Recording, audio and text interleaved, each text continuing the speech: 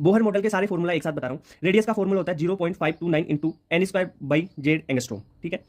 यहाँ पे एक रिलेशन याद रखना भाई, जो आर होता है ना एन स्क्वायर के सीधे प्रोपोर्शनल होता है और जेड के इनवर्सली प्रोपोर्शनल होता है। वैसे वेलोसिटी का formula 2.18 into 10 to power 6 Z by n metre per second में होता है, ठीक है। फिजिक्स में इस वेलोसिटी के फॉर्मूले को एक और तरीके से मॉडिफाई करके लिख रखा है C by 137 into Z by N. C क्या है? जो सी है वो लाइट की वेलोसिटी है, ठीक है, लाइट की स्पीड है, और वो कितनी होती है 3 into 10 to power 8 metre per second, ठीक है। टाइम का फॉर्मूला पूछा जाता है तो क्या लिखोगे? टी बराबर 2 पाई आर बाई वी, यहाँ से आर लिख लो आप और वी वेलोसिटी है, ठीक है। टी मेन चीज क्या है कि जो टाइम है वो n cube by Z cube Z square होता है, ठीक है, ये प्रोपोर्शनल होता है। फ्रीक्वेंसी जेड स्क्वायर के सीधे प्रोपोर्शनल और जो एन क्यूब है उसके इनवर्सली प्रोपोर्शनल होती है, ठीक है। यहाँ से पोटेंशियल एनर्जी अपन देख सकते हैं, पोटेंशियल एनर्जी होती है माइनस में होगी वो, और वो होगी minus k Z e square by are.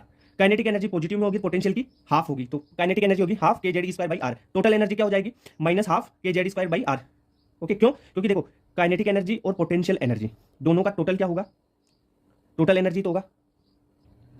NSL के लिए एनर्जी, सबसे पहले अपन क्वांटम नंबर के बारे में देखते हैं। चार टाइप के क्वांटम नंबर है, एक है एन, एल, एम और एस। एन है प्रिंसिपल क्वांटम नंबर, जो प्रिंसिपल क्वांटम नंबर है वो आपको एनर्जी के बारे में बताएगा और साइज के बारे में बताएगा। एल है azimuthal quantum number, azimuthal quantum number आपको बताएगा शेप ऑफ ऑर्बिटल और सबशेल के बारे में, ठीक है। जो एल है उसकी वैल्यू एस के लिए 0, पी के लिए 1, डी के लिए 2 और एफ के लिए 3 होती है। अगर आप देखो एन और एल की वैल्यू में देखो कि एल की वैल्यू कितनी हो सकती है, वो एम से जो एन है उससे कम होगी।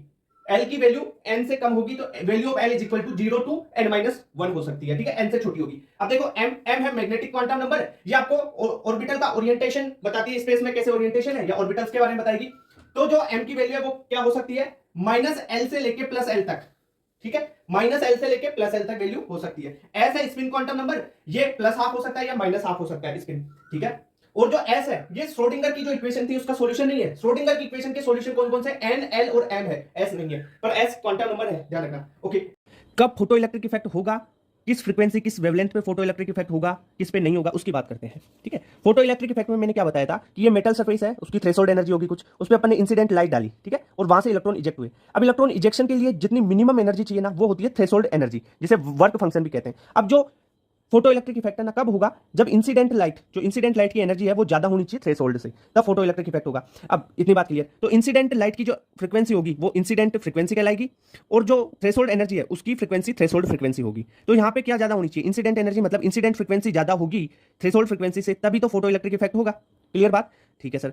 और कब नहीं होगा? जब थ्रेशोल्ड एनर्जी ज्यादा होगी इंसिडेंट से या बराबर होगी, तब पॉसिबल ही नहीं है, क्योंकि वो अगर कम है, इंसिडेंट फ्रीक्वेंसी अगर कम है, ठीक है सर, कम है, तो भाई वो वहां से इलेक्ट्रॉन इंजेक्शन ही नहीं होगा ना मेटल से सरफेस से, तो होगा ही नहीं फोटो इलेक्ट्रिक इफेक्ट। क्लियर बात। दूसरी वेवलेंथ की बात करें तो वेवलेंथ में क्या चलता है? इनवर्स रिलेशन चलता है भाई, ई बराबर एच सी अपॉन लैम्डा होता है ना, एनर्जी और लैम्डा का तो इनवर्स रिलेशन।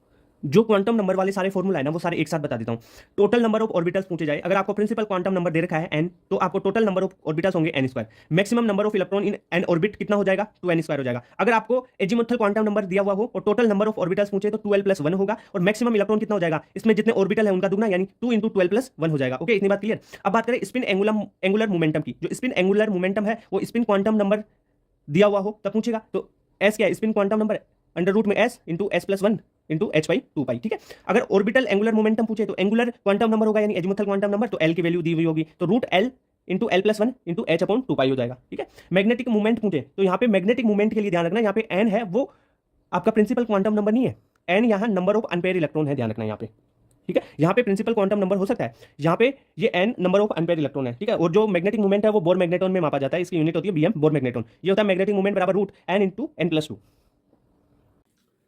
अब देखते हैं अबव प्रिंसिपल, पाउलीज और हुंस का रूल, ये तीनों एक साथ बिल्कुल क्लियर हो जाएंगे। सबसे पहले देखते हैं अबव प्रिंसिपल। अबव प्रिंसिपल ये बोलता है कि आप इलेक्ट्रॉनिक कॉन्फ़िगरेशन भर रहे हैं तो आप एनर्जी के इंक्रीजिंग सीक्वेंस में भरोगे। अब सर एनर्जी का इंक्रीजिंग सीक्वेंस कैसे देख पाएंगे हम? आप n + l की वैल्यू चेक करो, n + l की वैल्यू जितनी ज्यादा उसकी एनर्जी भी उतनी ही ज्यादा, तो आप ऐसे चेक करके आप वैल्यू भर सकते हो कि हायर एनर्जी का। कई बार क्वेश्चन कैसे पूछा जाता है, या तो आपको हायर एनर्जी का सीक्वेंस पूछा जाएगा या इलेक्ट्रॉनिक कॉन्फ़िगरेशन भरने का सीक्वेंस पूछा जाएगा। ये दो टाइप के क्वेश्चन बनते हैं। सबसे इंपॉर्टेंट क्वेश्चन पूछा जाता है इसमें हाइड्रोजन के बारे में। अगर हाइड्रोजन एटम है तब एनर्जी का सीक्वेंस आप n + l से मत देखना, एनर्जी सीक्वेंस आप ओनली n की वैल्यू से देखोगे। n की वैल्यू जितनी ज्यादा एनर्जी भी उतनी ही ज्यादा होगी। क्लियर बात है? ये अबव प्रिंसिपल हो गया। नेक्स्ट है पाउलीज का एक्सक्लूजन प्रिंसिपल। पाउली का एक्सक्लूजन प्रिंसिपल क्या बोलता है कि किसी भी आप ऑर्बिटल में इलेक्ट्रॉन भर रहे हैं, तो जो आप इलेक्ट्रॉन भरोगे उन इलेक्ट्रॉन के लिए चारों क्वांटम नंबर जो n, l, m और s है, चारों सेम नहीं होनी चाहिए। चाहे 3 सेम हो जाए पर एक तो मिनिमम डिफरेंट होनी चाहिए। इसलिए जो s की वैल्यू है एक बार +½ लिखते हैं, एक बार -½ यानी अपोजिट स्पिन। यहां से वर्ड निकल गया अपोजिट स्पिन। कैसे? आप ऑर्बिटल में इलेक्ट्रॉन भरते हो तो an orbital can accommodate maximum 2 electron, maximum 2 electron आ सकते हैं भाई, 2 से ज्यादा होंगे वैलिड नहीं होगा, पाउली का एक्सक्लूजन का वो फिर एक्सेप्शन हो जाएगा, ठीक है, एक्सेप्शन क्या वैलिड ही नहीं होगा वो। With opposite spin, opposite spin का मतलब एस की वैल्यू एक बार प्लस हाफ एक बार माइनस हाफ। जैसे मैं यहां पे इलेक्ट्रॉन भरूं, देखो आप बताना, एक ऐसे भर दिया और दूसरा भी ऐसे भर दिया, क्या ये वैलिड है? नहीं, सेम स्पिन हो गया, अपोजिट स्पिन होना चाहिए, ये रॉन्ग हो गया। नेक्स्ट अगर मैं ऐसे भर दूं, एक प्लस दूसरा माइनस वाला, और एक और ऐसे भर दिया, तीन भर दिए, 3 इलेक्ट्रॉन बनने, नहीं, ओनली मैक्सिमम 2 इलेक्ट्रॉन ही भरे जा सकते हैं। तो करेक्ट कौन सा होगा? ये होगा आपका करेक्ट, ठीक है। नेक्स्ट है हुन्स रूल। हुन्स क्या बोलता है कि आप इलेक्ट्रॉन भर रहे हैं तो जितनी ज्यादा मल्टीप्लिसिटी होगी उतनी ज्यादा स्टेबिलिटी होगी। यानी सिंपल सी बात ये बोलता है कि आप इलेक्ट्रॉनिक कॉन्फ़िगरेशन भर रहे हैं, मान लो आपको 3 इलेक्ट्रॉन भरने हैं, तो कैसे भरोगे आप? तीनों को पहले तो सिंपल एक एक भरोगे तीनों ऑर्बिटल्स में, और सेम स्पिन में भरोगे, ध्यान रखना, सिंपल एक एक भर दोगे, सेम स्पिन में भरोगे, पहले पेयरिंग नहीं होगी, पहले पूरे ऑर्बिटल भरे जाएंगे, फिर उसके बाद में हाफ हाफ हो गए पूरे, फिर उसके बाद में पेयरिंग चालू करो, ठीक है। जैसे मैंने ये चार इलेक्ट्रॉन भरने, मैं ऐसे भर दूं 1 2 3 4, अपोजिट स्पिन भी है, कोई दिक्कत नहीं, पर देखो पहले इसको भरा फिर दोनों इसको भर दिया, ऐसे नहीं हो सकता, पहले आप सिंगल भरोगे। यानी अगर मैं बोलना चाहूं आपको तो कैसे भरोगे? पहले ये भरा, फिर इसके बाद में ये भरेंगे, फिर इसके बाद में ये भरेंगे, और फिर पेयरिंग करवाएंगे, 4 इलेक्ट्रॉन भरना है तो, ठीक है, समझ आए?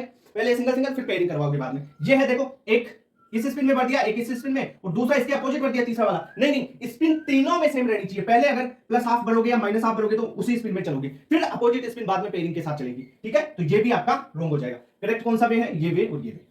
क्लियर बात? तो हुन्स का समझ में। मल्टीप्लिसिटी क्या होती है? 2s+1 से निकाल लेते हैं, जितनी ज्यादा मल्टीप्लिसिटी, ठीक है, उतनी ज्यादा स्टेबिलिटी। भाई एस की वैल्यू, एस आ रहा है ना 2s+1, जहां पे एस की वैल्यू कम हो जा रही है, एस की वैल्यू निकाल के देख लो, जहां पे एस की वैल्यू ज्यादा है यहां पे ज्यादा होगी, समझ रहे हो बात? यहां पे कम हो जाएगी, एस की वैल्यू कम हुई तो भाई तुम्हारी मल्टीप्लिसिटी मतलब वही तो है, वो कम हो जाएगी, स्टेबिलिटी कम, तो हुन्स का वैल्यूएशन हो जाएगा।